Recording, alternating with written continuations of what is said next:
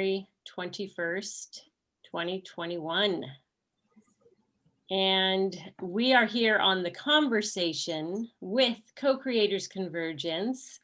And it is always just, Thursdays are one of my favorite days of the week because I know that I get to spend my evening in an amazing conversation. So thanks to The Conversation, who is hosting us. And thanks to Co-Creators Convergence, Barbara Marks Hubbard, who really inspired this group to come together. And I like how we are reminded that Barbara Marks Hubbard used to ask so often, what is your gift to shift humanity? So it's a daily question I like to ask myself. It's why we have these Thursday calls. It's, without saying those words, a question we asked Zachary, and so that's why he's here. So if you ever want to know a little more about Co-Creators Convergence or The Conversation, we are putting some website links up in the chat room. You can go to their Facebook pages, you can go to their websites, and I have a strong sensation that if you do, you will find Soul Family there. So I'm going to actually turn it over to one of our conversationalists who spoke a few times for us in last year, Annie Spade. And she invited Zachary Johnson here. And so she's going to welcome him and tell us a little bit about what we can expect tonight. Welcome, Annie. Wow, thank you. Thank you, Karen. So great to be back with CCC and into the conversation. I just so appreciate this forum as an opportunity for anyone and everyone to enter into these greater conversations. And gosh, I've known Zachary for a few years. I met him online with the Teilhard de Chardin group here on Facebook, and Zachary was just at the time where he was publishing a great work, as it turned out. Yeah, he published, I'm gonna just go through this a little bit, that he published The Past and Future Shadow History of the United States. And when I heard that title, I thought, oh, okay, that's kind of interesting. It sounds expansive, and I was absolutely blown away. I was so impressed, but just excited, honestly, to see how thoughtful someone might be in terms of weaving together not just U.S. history, because U.S. history is embedded in world history, and Zachary just demonstrated what a student of life he is when I was able to review that right about the time he was publishing it in 2017. So tonight he's going to be discussing what sounds like another amazing topic, the healing power of love. We talk about that all the time, but we can just be ready for a real treat in terms of really digging into that and breaking out some new ground. Before I hand it over to Zachary, I want to say that he is a father of 3, a grandfather. He is a practitioner of Vipassana for many, many years. And he also has been so devoted to the nonviolence and just all the things that we need to be working on since the 90s in terms of promoting nonviolence. And this affected him personally, something that he took on veganism over time as a nonviolent lifestyle. So he walks the talk. Get it? So you're in for a treat tonight. We actually we're so honored and excited to be a part of a conversation with Zachary over the weekend with the Martin Luther King Building the Beloved Community 4-day conference, if you will. I don't know what we call it, right? I don't know what that is, but a gathering that we had online, and Zachary worked with some of this material with us already on Saturday. So we're looking forward to working it some more. And before we start, I'd just like to clarify. So we kind of said Rev G. Are you wanting to be referred to that way as your Reverend G, or can we clarify that? You can actually call me by my spiritual name, G Money. G Money? No, it's a joke. It's just Gene, please. I mean, you get on these international calls and you never know. I just want to say that Zachary is going to be presenting in 3 parts, and we will be pausing after each part for some conversation. So without further ado, Zachary, take it away. Okay. Well, of course, I want to thank Annie for that introduction.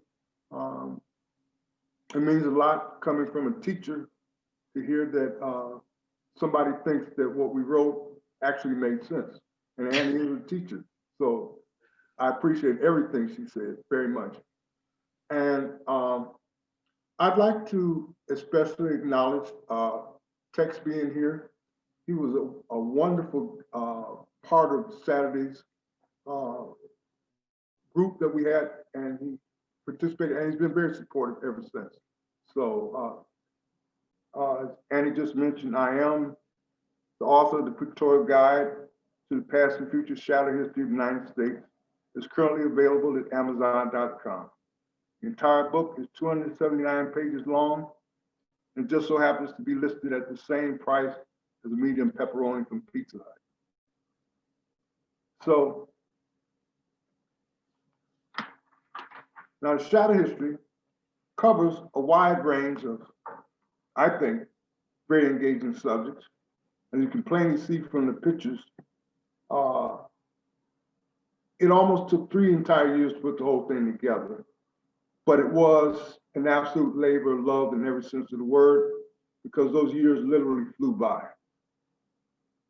Now, Saturday, we made the book available in PDF file to anyone who was interested. And so I suppose it would only be fair to make it available to keep that offer open, since we are trying to continue the spirit of the beloved community. So we just sent a written request to our Facebook page at message button circle at the top. You just send a message to that, we'll send a PDF. We actually gave away 3 copies since Saturday. Now, hopefully, if you like the book enough, you can order your own copy from Amazon and go tell other people as well. One of the things I didn't mention Friday, one of the fun things is the Kindle version of this book, which is a little less expensive, but it is interactive because you can actually go to the links that are listed in the book and go directly to the websites that we're referring to in the book itself. So, as we said Saturday, we finished the book in 2017, but Oprah never did call about coming down to do a show.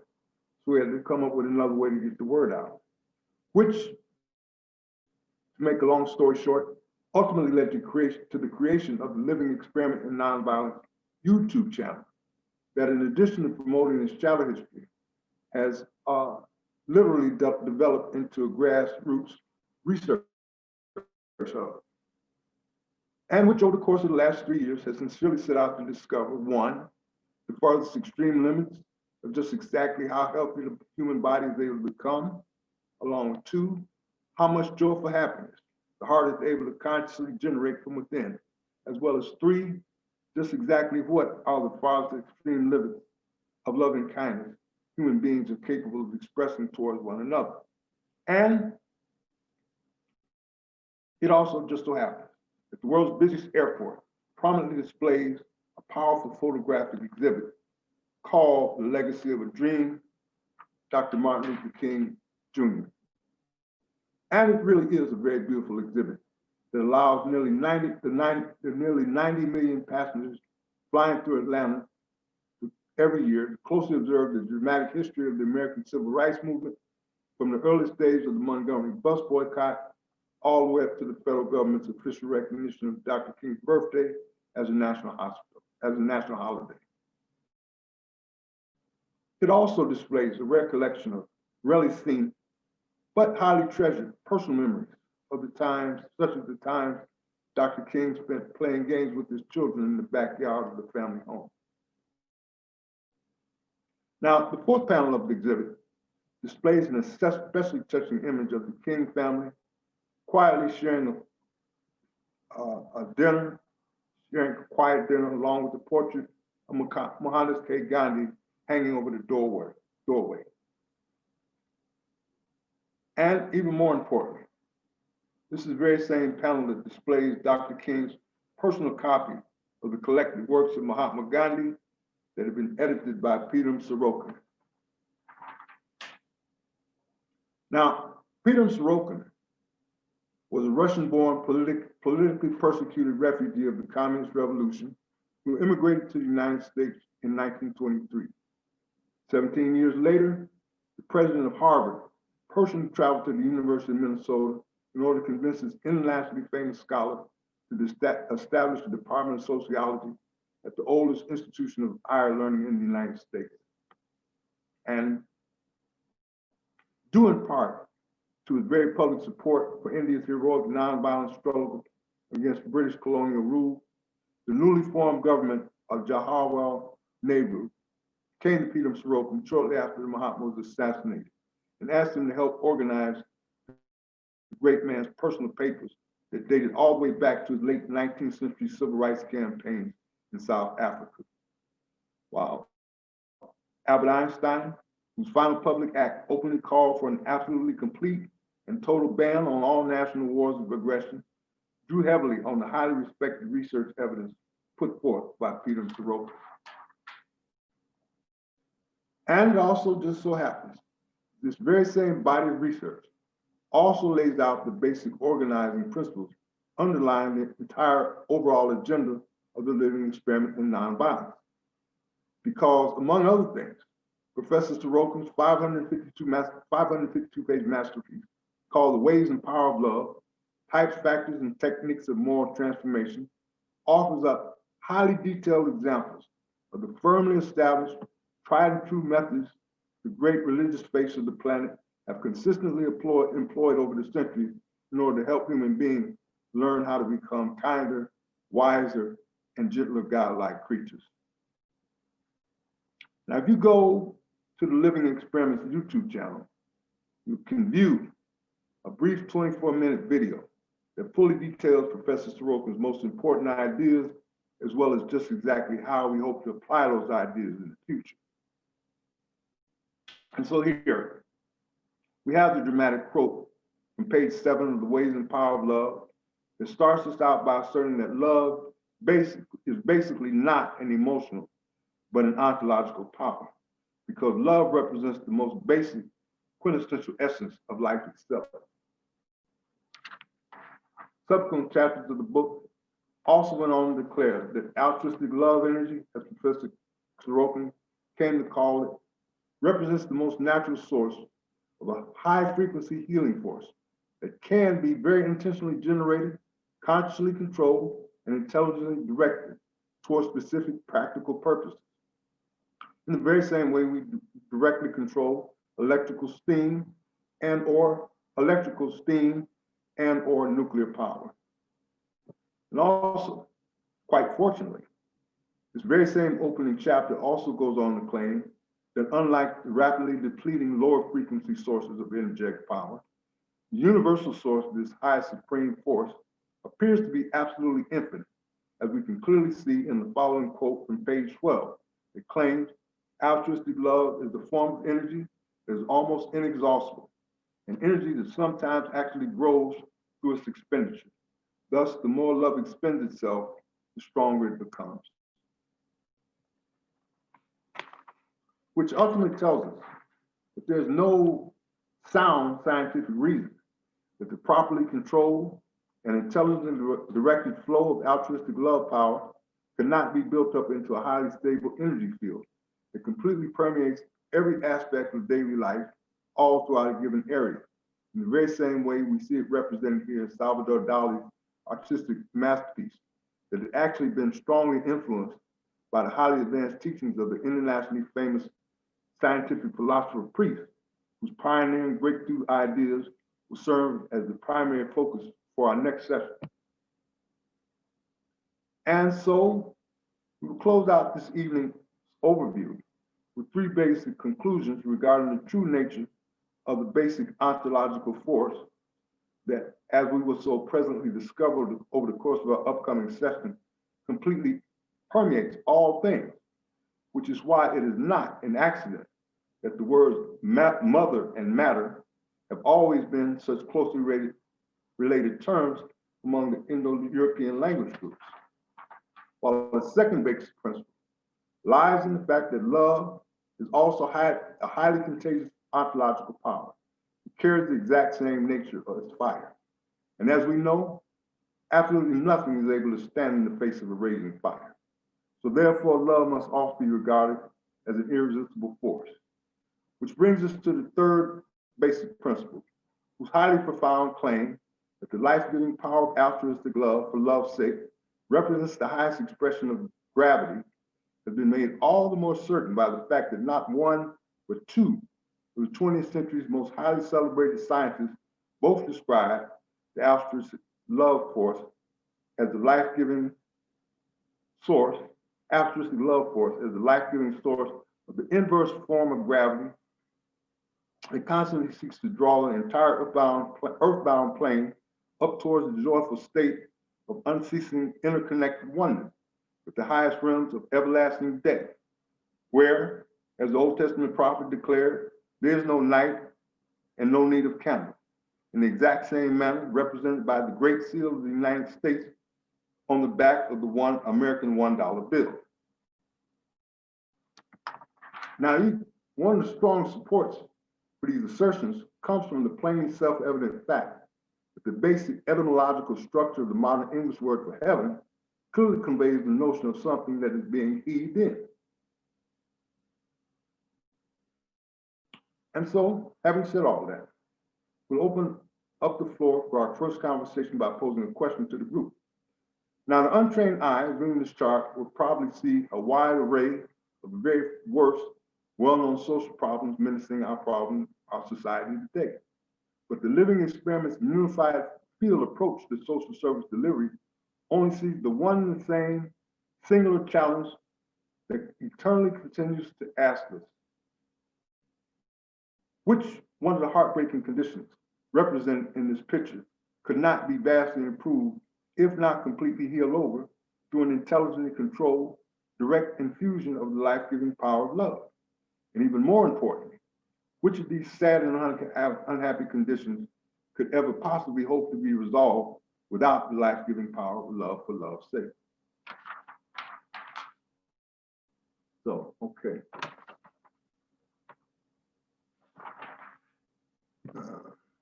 Okay, we're coming up.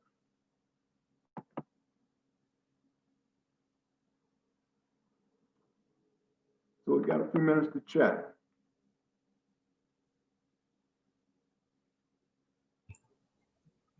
Okay, So was the top right picture the telephone pole falling on a car? beg pardon? Was the top right a picture of a telephone pole falling on a car? You said which one of these can't be improved by love? So he's saying the tree falling off the car. Oh no, that was an automobile accident where a guy was probably flying down the street at 80 miles an hour.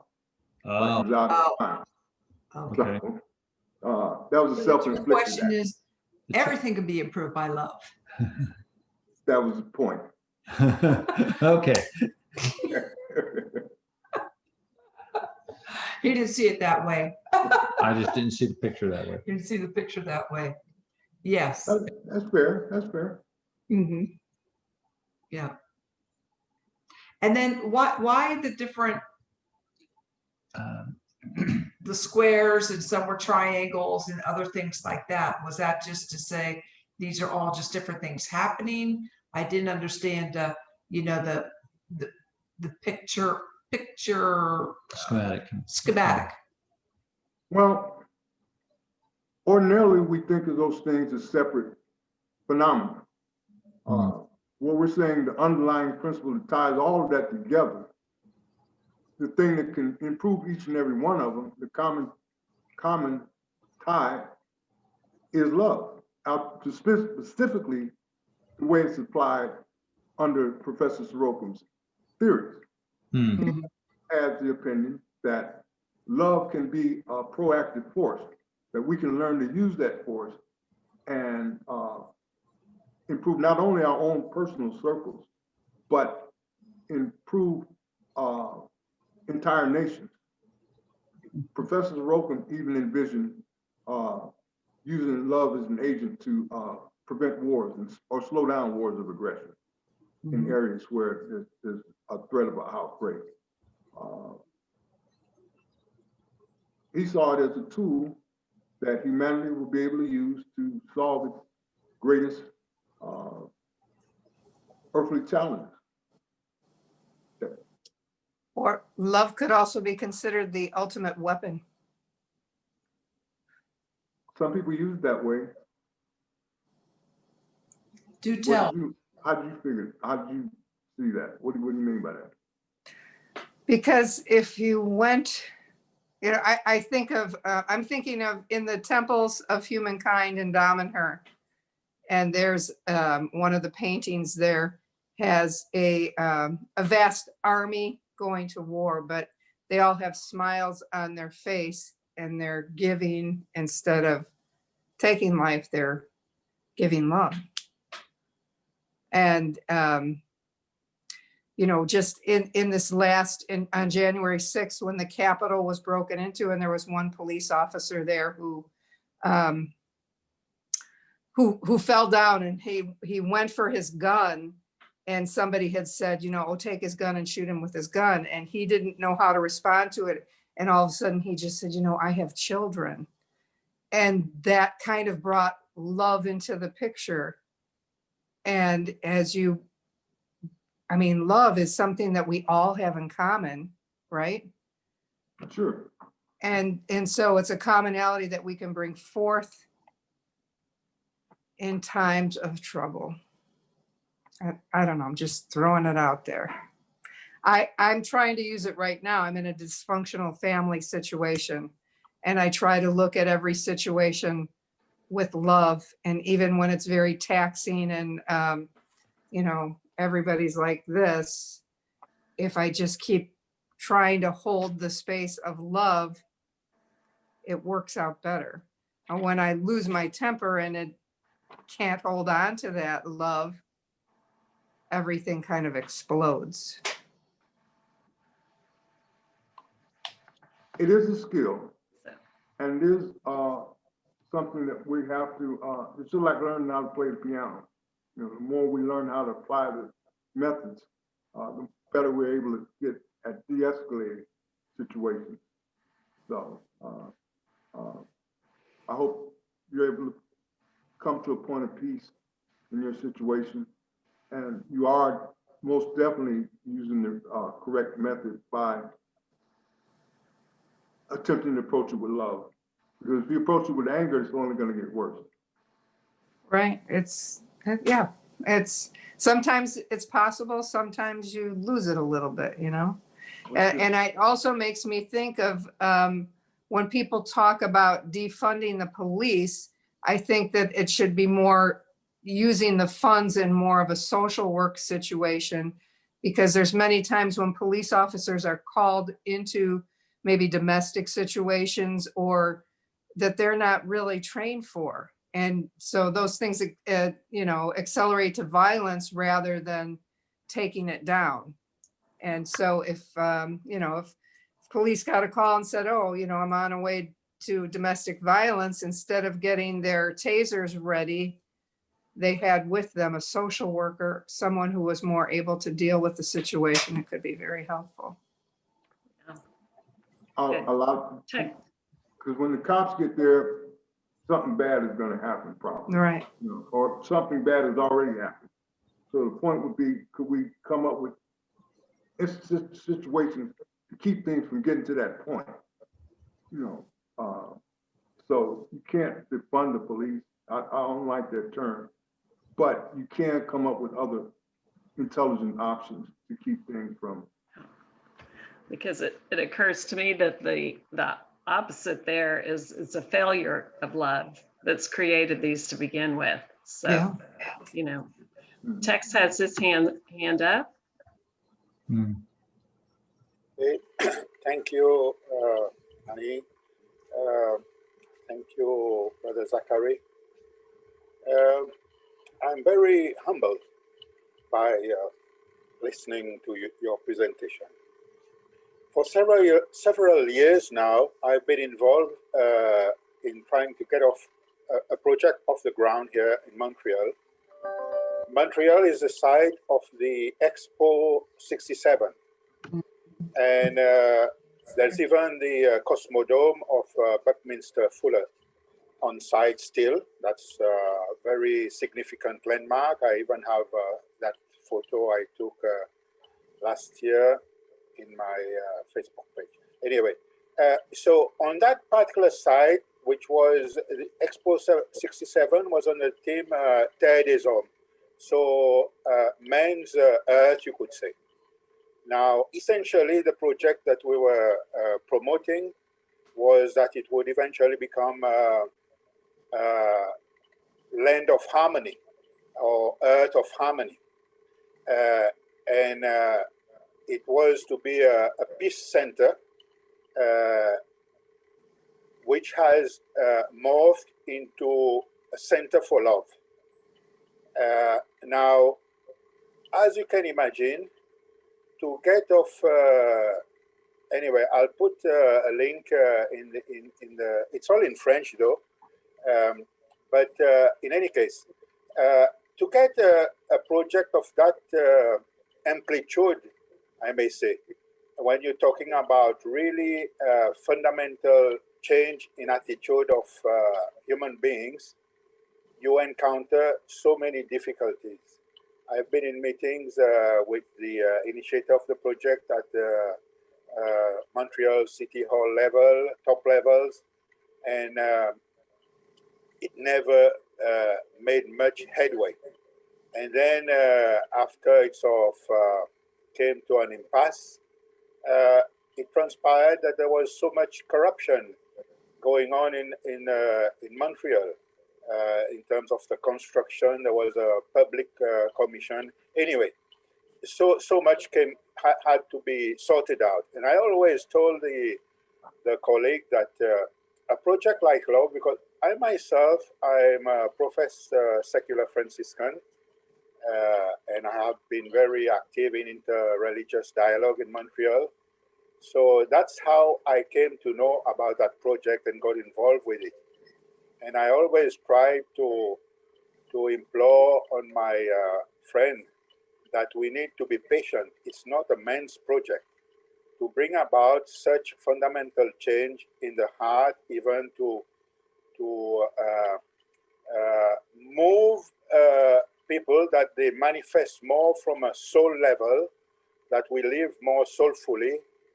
It cannot be a work of ego of one individual, of just being willful about it. And we need to be patient. To the point that the last exchange I had with him, he told me I am too patient. Now, I don't know if one can be too patient. One is either patient or not patient. I haven't gone back to him yet.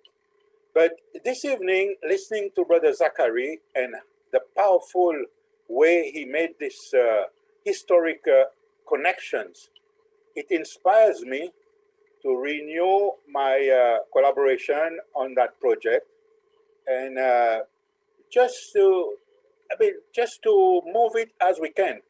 Now, I want to say, scientifically, there is the HeartMath Institute that has electromagnetic sensors positioned all over the planet.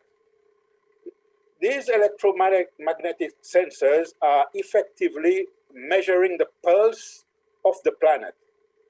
Now, when there was the 9/11 event or catastrophe, you could say, the readers, I mean, like the graphs that the planet were, the sensors were churning out, they were really going so erratic, so peaks of like, you know, disturbance, you know. And when Barack Obama was sworn in, the sensors picked up the hope that humanity had and indicated a certain, you could say, stability, relative calm, you know. I mean, it's amazing. So scientifically, I think, and that occurred to me as Brother Zachary was talking, that is even a planetary measure of the power of love. Love inspires hope, and hope inspires love. So it's I don't know what I didn't check what the electromagnetic sensors of HeartMath gave for the inauguration yesterday, but I'm sure it would have calmed down quite a bit, because I believe generally there's a lot of hope. The last point I'd like to mention is that love as a word, and that's something I've had a lot of discussion with my colleague about the Peace Center or the Love Center project for Montreal. The word is so bantered around that you know, one has sometimes to be careful. And it got to the point where I was saying that our project was a project to generate love, rather than say that it's a love project. Even if myself, I speak about generating love, like to bring some dynamic into it.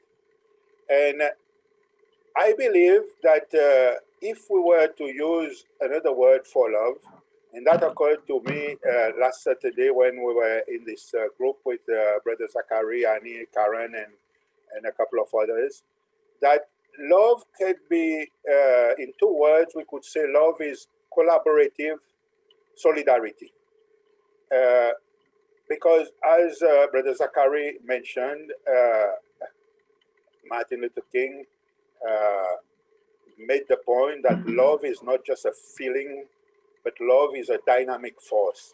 And I think that in terms of humanity, collaborative solidarity needs to be empowered.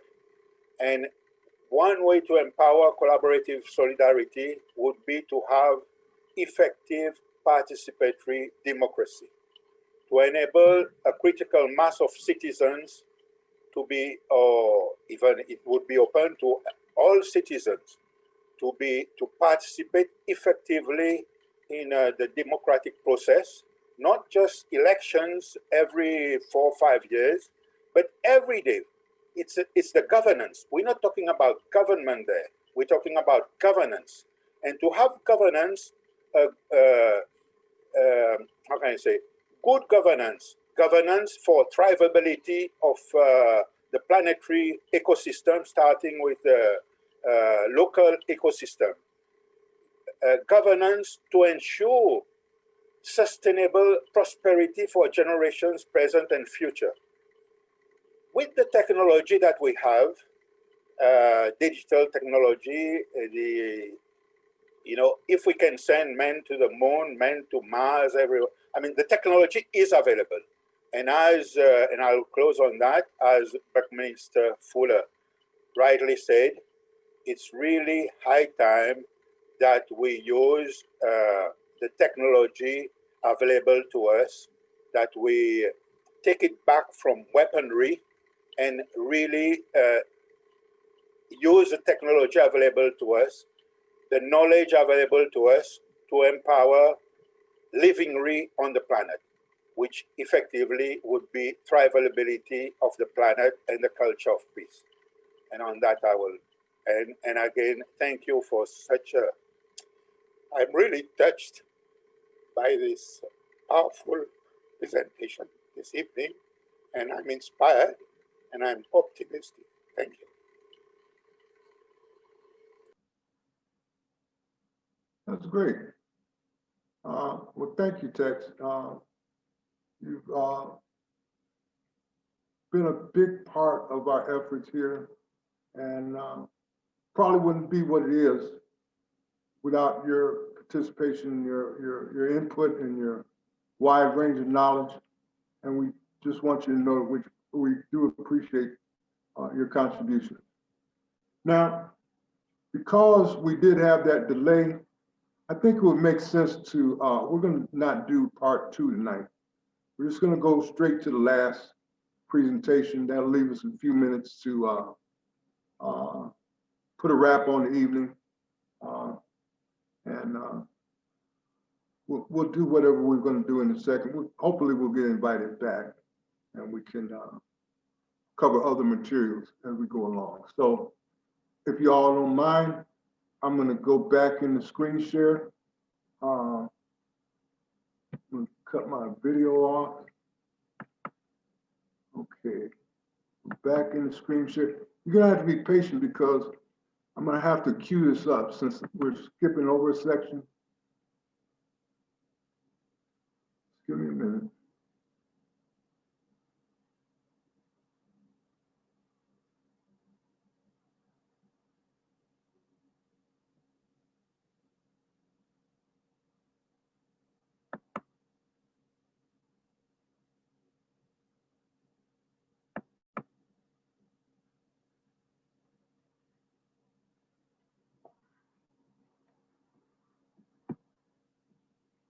Same thing that happened last week.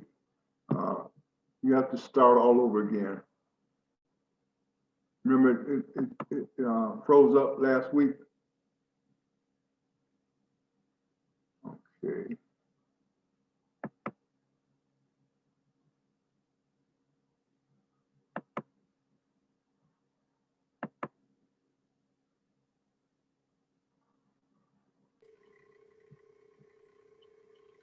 If I may interject here, because I see that maybe Zachary is skipping the Teilhard de Chardin in the second section, because of course Teilhard de Chardin is generally known, popularly known, I would say even, for one quotation, which is,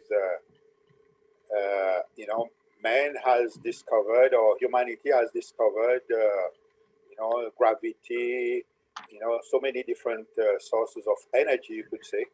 And that the day that humanity will discover the use of love for the greater good, it will be like discovering fire once again. I paraphrase, and I'm sure Annie has the quotation word for word.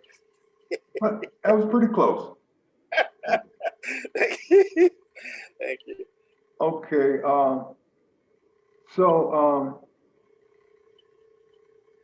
you've seen this part before.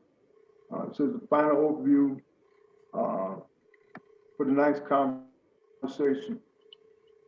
Oh.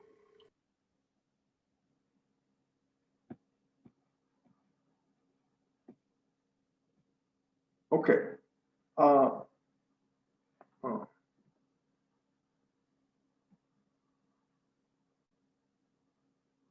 Why is it moving? Okay.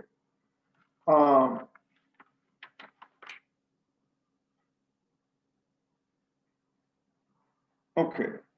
The final overview for tonight's conversation begins by adamantly affirming the fact that rather than a sentimental ideal, Dr. King's vision of the beloved community precisely reflects one of the most vital primal urges of the human family, because the deep psychological need for the purest forms of high frequency altruistic love for love's sake has literally been hardwired into the deepest levels of our DNA.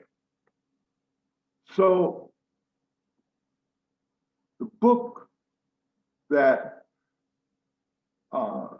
set this entire discussion into motion refers to the past and future shadow history, because past patterns frequently cast their shadows forward in a way that also tells us that even in spite of the contrary appearances of the present moment, the United States of America has been unmistakably destined to play out the crucially critical central role in bringing about the final realization of the beloved community on behalf of the human family. Because, among other things, the United States is the only nation in all the annals of history to win a major war and then have the leading figures of that war turn around and publicly call for the complete ban on the international practice of organized war itself. Now, Dwight D. Eisenhower was the Supreme Commander-in-Chief of the D-Day operation that ultimately determined the final outcome of the Second World War. But after he went on to become the 34th president, his most famous speeches consistently denounced the morally indefensible financial costs of war making, while characterizing the barbaric practice of politically organized violence in terms of the entire human family being hung from a hellbound cross of iron. While the Bradley tank that played such a crucial role in the most critically decisive battles of the war was named after Omar Nelson Bradley, the legendary five-star American hero, who also went on to claim, wars can be prevented just as surely as they can be provoked, and it is we who fail to prevent them who must share in the guilt for the dead. While the bigger-than-life commander-in-chief of the Pacific Theater who officially ended the Second World War by formally accepting the unconditional surrender of the Japanese Empire, openly declared that he believed the entire effort of modern society should be concentrated on the endeavor to outlaw war as a method of the solution of problems between nations. And so, knowing what we now know, we close out this final overview with a little-known chapter from the life of the great American hero, whose official holiday has literally gone on to become a sacred day of universal celebration all over the entire planet. Now, most of the general public knows the fiery sermons Dr. King preached during the final year of his life played a major role in shifting public opinion on the Vietnam War. But most of the public has no idea regarding the little-known fact that 32 years later, on December 8, 1999, it would only take 12 Memphis, Tennessee jurors 3 short hours to reach the unanimous guilty verdict in the wrongful death lawsuit filed on behalf of Martin Luther King's family. But most unfortunately, however, the hard, cold facts of the case openly reveal that the planet's most famous apostle of love had been violently assassinated as the final result of a vast right-wing conspiracy that far more likely than not involved active duty participants from Army intelligence, the FBI, and CIA, along with organized crime figures from New York and Memphis. Which leads to the perfectly logical conclusion that rather than dying at the hands of a mentally deranged lone wolf assassin, an overwhelming mountain of indisputable evidence offers up clearly undeniable proof of the fact that Martin Luther King had been the primary target of a major military operation that spread out over 7 states and involved at least 240 active duty personnel who invested 17,000 hours into the domestic surveillance of a Bible-toting Baptist preacher whose only real crime involved teaching his followers to love their enemies and turn the other cheek. Now, the lawyer who filed the historic Memphis lawsuit actually wrote 3 books about the King assassination over the years. But the most stunning revelation came from his final shocking work that claimed Martin Luther King was still alive when he arrived at St. Joseph's Hospital on that fateful night, and that he was actually murdered by the local medical personnel who were supposed to be saving his life. Now, the legendary hospital account was finally revealed to William Pepper by a man named Johnson Shelby, whose mother had been one of the surgical aides on duty that night. Shelby told Pepper the story of how his mother came home the morning after the shooting and gathered the family together. And he vividly remembers her saying to them, "I can't believe they took his life." She also described the chief of surgery entering the emergency room with 2 men in suits. And after seeing the doctors working on King, he forcefully commanded them to stop working on the nigger and let him die. Now all of you get out of here right now. Everybody, get out. So as we said last Saturday, for the sake of good taste and propriety, we're not going into sickening, stomach-turning description of the unspeakable cruelty that was supposedly perpetuated on Dr. King's body during his final tragic passage through the valley of the shadow of death.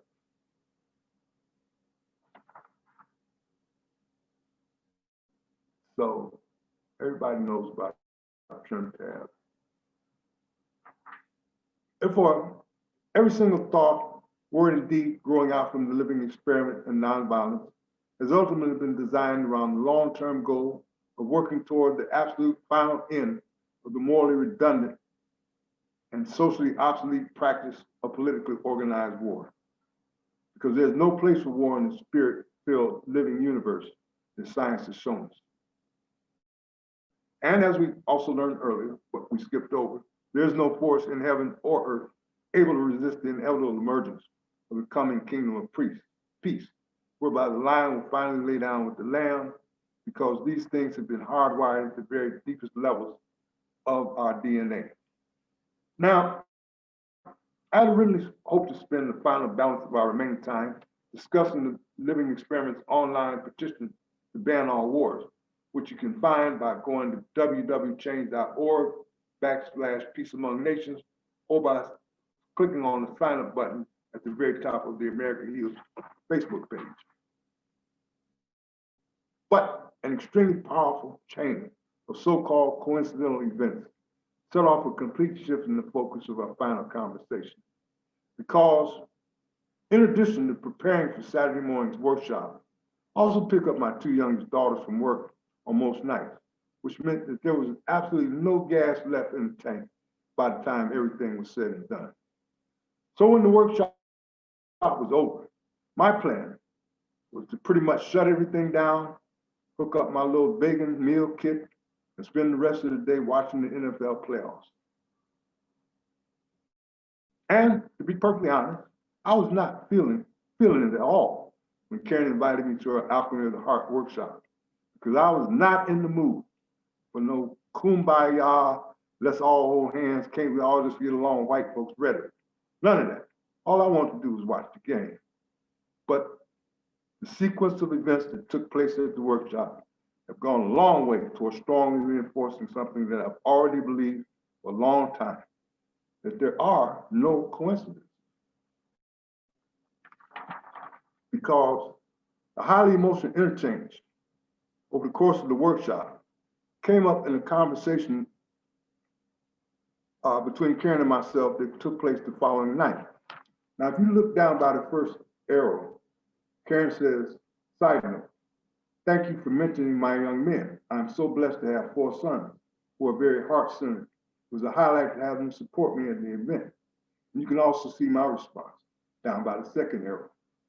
I was so impressed that I'm looking to incorporate some of the things I picked up at your workshop in Thursday's conversation.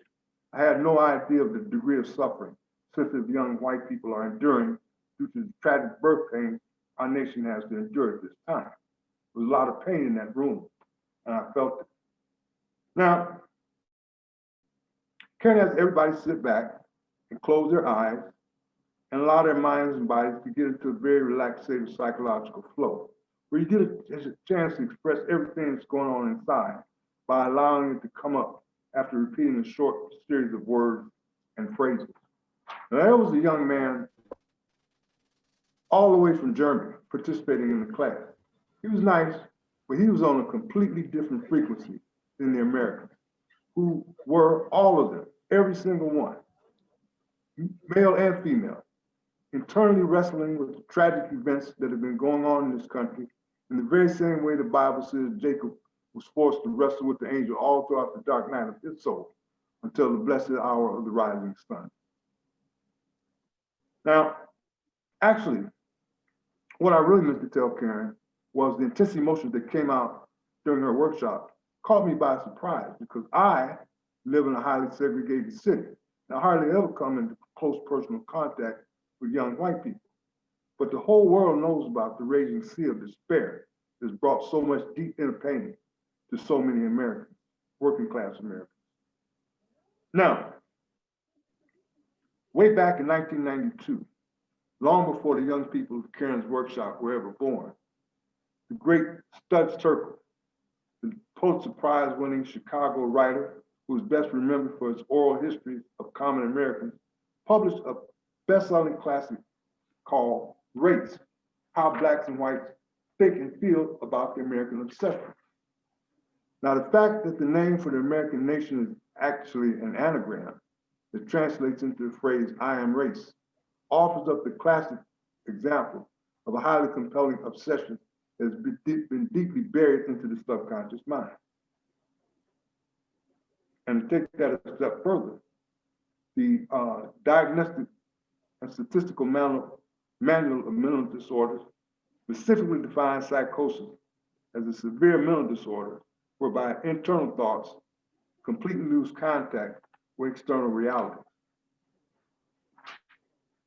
While page 94 of the Shadow History also goes on to describe a recent study where researchers at Monash University in Melbourne, Australia, used fMRI imaging to study electrical activity in the orbitofrontal cortex, the region of the forebrain that has long been known to be intimately involved with moral sensitivity and ethical choices. The final conclusion of the study, reported in the Journal of Social and Cognitive Affective Neuroscience, claimed that evolutionary processes have hardwired the human brain for compassion and guilt, as well as a strange form of empathetic discomfort that causes a person inflicting harm to experience a pronounced degree of inner suffering that is almost intense as the physical pain felt by the victim, which probably explains a lot about what's going on today.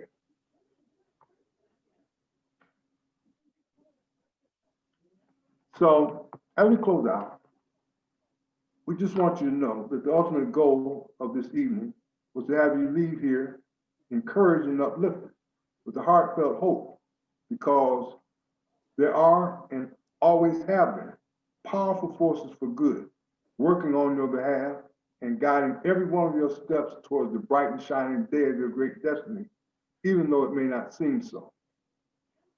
Did you know that prayers on behalf of the nation have been offered up from the National Cathedral in Washington, D.C. every single day of every single year, ever since it was first completed back in 1906. And as a matter of fact,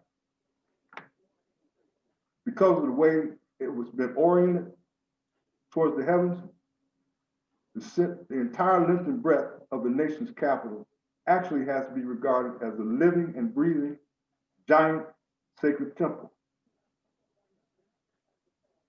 So our final quote comes from David Olson's very carefully researched historic masterpiece, which, after describing how 23 major zodiacs have been seamlessly woven into the basic design structures of the most important buildings in the national capital, also goes on to claim Washington, D.C. is far more than merely a city of zodiacs.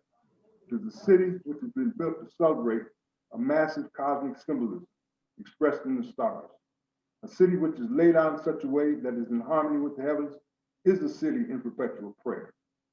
It is a city built on the recognition that every human activity is in need of the sanctification of the spiritual world, of which the symbol is the light of the living stars. So that's the end of our presentation. And as we said last Saturday, God bless you and God bless America. So I'm gonna stop the share. And we got about 15 minutes to, oh, Catherine's here. Hi, Catherine. Oh. Those are a lot of references I never heard of before. And are you familiar with the Kellogg-Briand Act? No. Of 1929, 1929, that's when we signed United States. United States' international agreement that there would be no more wars. Do we do that? Really? Yeah, we've just never, it's still in effect. So there is an organization that I'm part of, or we're part of, called worldbeyondwar.org. And they do a lot of teaching. And I think that their resources there, well, we just learned so much through them. But I think that you would find a lot there to interest you. They also have online courses, which are very, inexpensive, some of them even by donation. But we have learned so much from that organization. And there's also do you know about the world's, oh, yes, David Swanson is the person who started that organization. And here's one of his books. It's in the other room. It's in our bedroom bookcase. What's wrong with how we think about the United States? Curing exceptionalism. Yeah. You hear that the United States is so we're so exceptional. But he also has a book called War is Never Just. Another book, War is a Lie. And so he's done a lot of research. He probably has about 10 or 12 different books. davidswanson.org. You can find that, and Karen can put that. But then, there is the first world citizen. His name is Gary Davis. Gary Davis. And he was in World War II. And he was a bombardier on probably B-17 or B-24, yeah. B-24, something like that. And he said, I couldn't believe I was sent there to drop these bombs on all these people. And so when he decided that he was going to denounce citizenship of any country, and he was going to become a citizen of the world. And there's a documentary, a movie about him, and it's fascinating. It's called Citizen One, right? Is that the name of the movie? I'm not sure, but Gary Davis Jr. Let's see. My Country is the World. That's right. My Country is the World. My Country is the World. And we need more. And you can actually, he passed on, transition within the last 10 years. But he started an organization. So you can actually get this organization, you can actually get a world citizen card. Passport. And people have actually used it to go from different, refugees have used it, to get to different countries. And so that is something I think you would really, add to your presentation. As you've expanded my awarenesses with this beautiful presentation, I just want to gift back to you some awarenesses that I think would be really helpful to you. So Gary Davis was an international peace activist, best known for renouncing his American citizenship and interrupting the United Nations in 1948 to advocate for world government as a way to end nationalistic wars. So this guy, then there's the woman, the Peace Pilgrim, who walked the whole country. I think I've heard of her. Yeah, the Peace Pilgrim. And she died at age 83. But these might be some resources that you might be interested. So I just want to share that. And thank you for this wonderful expansion of my knowledge and interest. Well, this is a conversation. We learn from each other. Yes. Yeah, thank you, Zachary. That's right. How widely known is the information that you gave or you summarized off of the book about Martin Luther King's assassination? That it was in fact, military was involved, and the assassination was highly involved by our government. Well, one of the things Dr. Pepper complained about was the fact that the media totally underreported the story. And they love to show that I have a dream speech, but in terms of showing what the real true history of our country is, They prefer to give us fluff and puff. And that's not a very happy chapter in America's story. But it is part of who we are.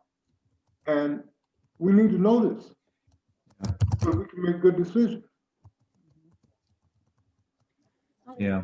By the way, Catherine is a published author. So it would be great if at some point we're able to let her tell us about her book. It's very exciting. Her story And Yeah, is a great story. wonderful story. thank you. I'd like to show you the cover. I'll run and get it. Yeah. Do you have time? We got Okay. time, got time. I'm not in a hurry. I am on duty tonight. I do have to pick up one of my daughters, but I don't have to get her till 10 o'clock. So she So, asked me. okay, yeah, go ahead. Tex has his hand raised again, so Okay. maybe we can break over to that till Catherine gets back. Tex, you still there? Thank you. Thank you. Again, I'm really like, I won't say blown away. No, I'm blown solidly on the ground that we can move forward. There is hope. But to have Brother Zachary connect the dots so significantly, so poignantly. Now, I think it occurred to me as you were speaking that, when we talk about the assassination of even murder of Reverend Dr. Martin Luther King, Gandhi, and how Teilhard de Chardin was ostracized by his own institution, the Catholic Church. His books were not published during his lifetime. It occurred to me that humanity is really a butterfly. And that such people as, Teilhard, Gandhi, Martin Luther King, are imaginal beings. Like you have imaginal cells in the caterpillar. Initially, these imaginal cells are seeing themselves as the butterfly. So, but the butterfly's immune system reacts and kills off a few of those imaginal cells, but cells continue to replicate. And that's where we are. So there is hope definitely for humanity. And as you mentioned, but it was on screen, but you didn't say it, also in the word America, we can have I am care. Now, what I took away from last Saturday, I can tell you that it was the first time, I've seen video films and documentaries of Martin Luther King. I even went to the church there in New York with a group one time.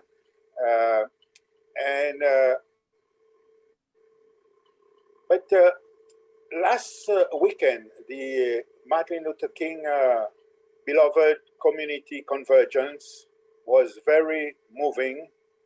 And in the context of all that's been happening in the United States, it really, how can I say, inspired me to think that the healing of America, there's so much hope in the world.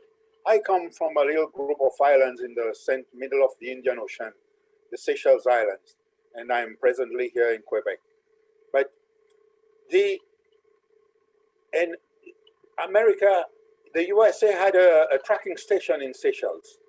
When man was put on the moon, that tracking station in Seychelles, because we're near to the equator, 4 degrees south, played a key role with the technology that was available then. And with the modern technology, they no longer needed to have that tracking station in Seychelles. Just to say that, to me, even as I was growing up, the US was very powerful in my awareness. And we always looked up to the United States. But a threshold was crossed. The pain was felt. I can remember being called out of class in the middle of the day every kid, you know, I was still in primary school when President Kennedy was shot. Hmm. And I think at that point, the pain, and since then, I believe a threshold was crossed in terms of either the United States is for the greater good of humanity of the world, or it will be for the destruction of the world. I believe with the critical mass that I see building up through what I experienced last weekend at the MLK convergence and what I see at the co-creators convergence every week, what I see with the interest in the Teilhard de Chardin group, and when I see this work that you've put together, Brother Zachary, I do not believe that you're an academic, but you're a very inspired person. And from the little that Annie said, I can see how you are manifesting the best of a human being. And to me, the healing of America will heal the world. We need to heal, to work to heal America so that humanity can heal. Because it's like when you have a, you know, if you have an elder brother, and I was the eldest of 7. My father passed away, I was very young, turning on to 6. The 6 was born after. So I had to play a role as an elder brother. I was enjoined by so many people. Give the good example to your siblings, give examples. So we see the United States in terms of democracy as the elder of the nations. But when the bad example is being set, everything goes wrong. But there is hope. There is hope. Hearing Brother Zachary, hearing you say, you know, where you live, how it's, you know, relatively segregated. It's been over the years. I've read a bit about the, you know, the banking, how, you know, they discriminated with loans and all that lot. There's so much that needs to happen in the United States. And there's so much that needs to happen in this window of opportunity of the next 4 years. May we not live again through what the hope that was lived with Barack Obama for 8 years even, and yet live through the last 4 years that we've lived through. Let us rally in collaborative solidarity, inspired, and let us soul to soul reach across the divides between individuals so that the divides between humanity all over the world can be bridged. I thank you again. I'm really humbled for this powerful message that is brought to us this evening. You are not alone, Brother Zachary. You are a man with a mission, and we join you. And for the little I know of the people here, Noel and Bob, great work you're doing. As Barbara Marx Bird said, you know, and there again, the word love is bantered around, and then so much love about procreation, even not even the sacredness of the procreation about love. We need to shift into suprasexual co-creation. Indeed, we are co-creators here. We may be few, we may be only 7 in this room. More people will see the recording, but the critical mass, no one knows the number of a critical mass. So in synergy, open to source, open to divine grace, open to I mean, the better consciousness in us, we never know when the shift will happen. We can shift, we are shifting to a more caring world, and America, I am care, will be caring, has to care, humanity depends on it. We have to go from the use of the atom bomb. That's the last thing I want to say, in that there's concrete hope tomorrow, Brother Zachary. The Treaty on the Prohibition of Nuclear Weapons comes into force at the UN because a sufficient number of countries have signed, their parliament have ratified the treaty, so it comes into force tomorrow. A treaty is only a piece of paper, so citizens will now have to be part of the momentum. I thank you very much again, everyone here, and I really feel the synergy in the group and the hope that it generates. Thank you. I saw that post on your feed. That's exciting. Yeah, thank you, Tex. And I know I want to, before we look at Catherine's cover, I just wanted to see, you know, Zachary, if there was just anything. We're at the hour of completion here. We have a couple announcements. I'd like to say something to Zachary Please. with the work that you're doing. Zachary, I've listened to your talk before, and I'm sure you've added more things to it. Did you put anything about the COVID in this particular talk? No. Okay. Well, picking up on, I'm not sure who spoke before, the gentleman that just spoke. I started thinking about how the COVID may be the very catalyst for us to be unified in love throughout the whole world. And the other thing is that, thinking of de Chardin as well, and my Native American background, one day I was down by the stream on our 25 acres here, and I was praying, and I don't know, I had my eagle feather and I was praying and praying our Native American way. I'm Christian too.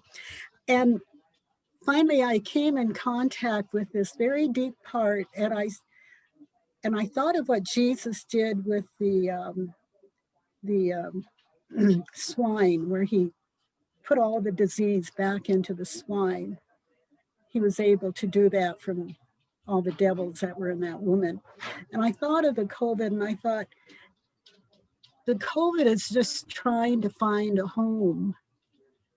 And I don't know if this will make sense to any of you, but I had a sense that there was a part of us that collectively, if we came together and came deeply into that part, that we have the power of the mind.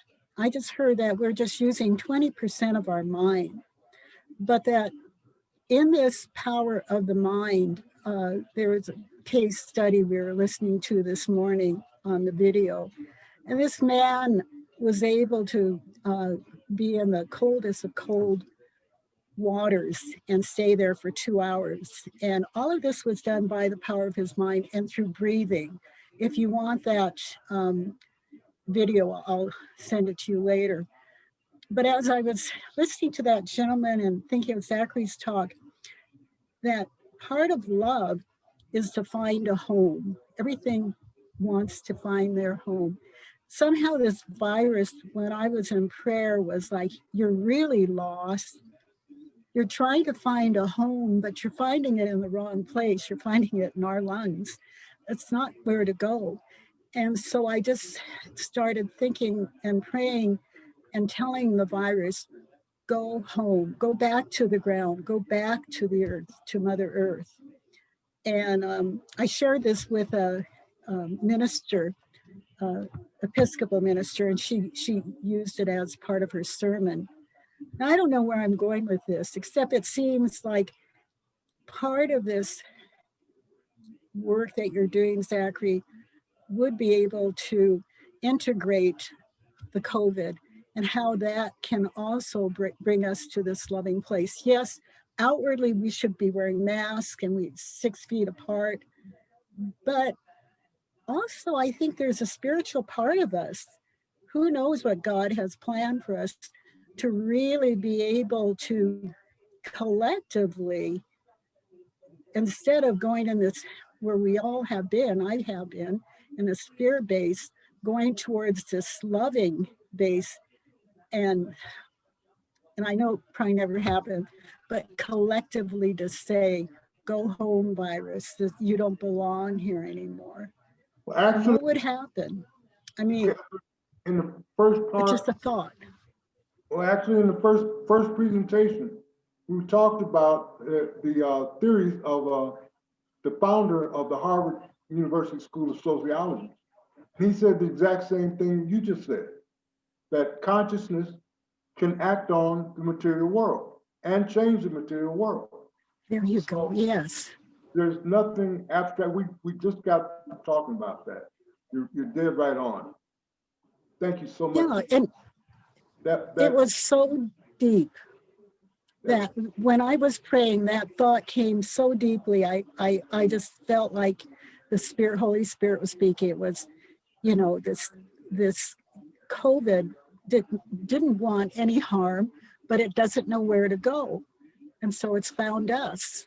And collectively, just what you said, working on matter, being able to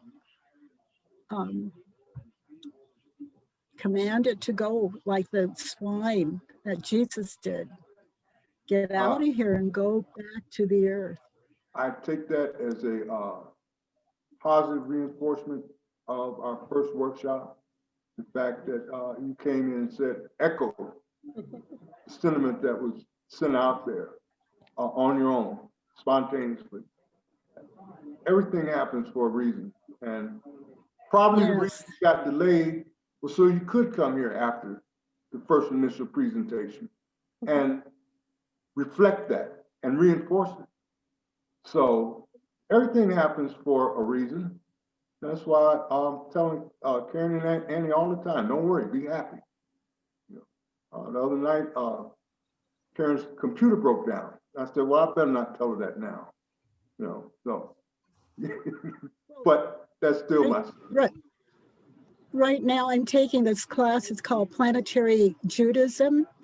And it's really amazing. And he was talking today about the seven levels of consciousness, but probably where the seventh and eighth is where we're going to go next.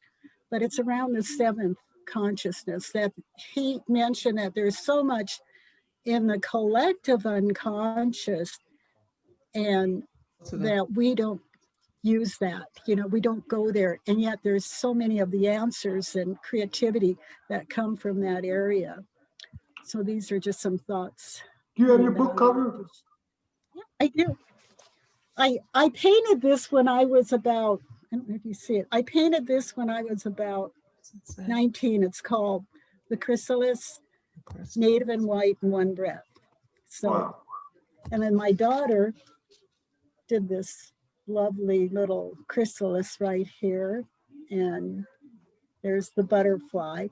So it's for young Native girls, I mostly, or other people that go through depression, and how nature heals, how nature is the healer too. Not only, I'm a psychologist, so I do work in that area, but also the power of nature and how it does heal is really what the climax of that book is. That's so beautiful. Thank you, Catherine. Thank you so much. Beautiful. You're welcome.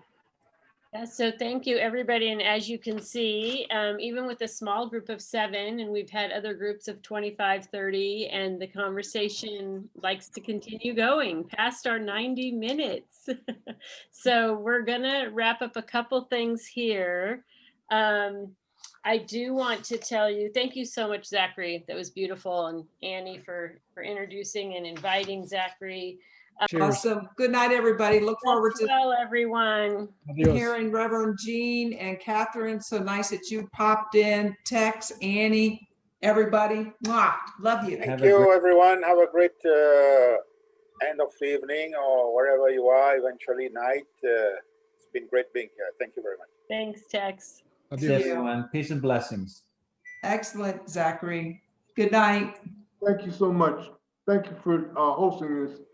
It was a privilege to be here and to share with you. So I want to thank each and every one of you for Our coming and joy. sharing. I learned a lot. I'm learning, and I'm open to learn. So I'm good. Thank you. Zachary, Thank you're so wonderful. I'm so happy we've met, and I am with your blessing going to be lovingly, Noelle knows this is true about me, be lovingly referring to myself as the white folk kumbaya shit like that. I'm just gonna keep blessing the world with my white woman folk kumbaya shit. That is what I'm gonna do. Hang on to the peace pole, baby. Right. I'm gonna get my peaceful and keep going. That's funny. That might be one of the highest compliments I received tonight. Thank you. Much better than a peace pole dancer. Peace pole dancer. Congratulations, Zachary. Congratulations, you've launched it. Yeah.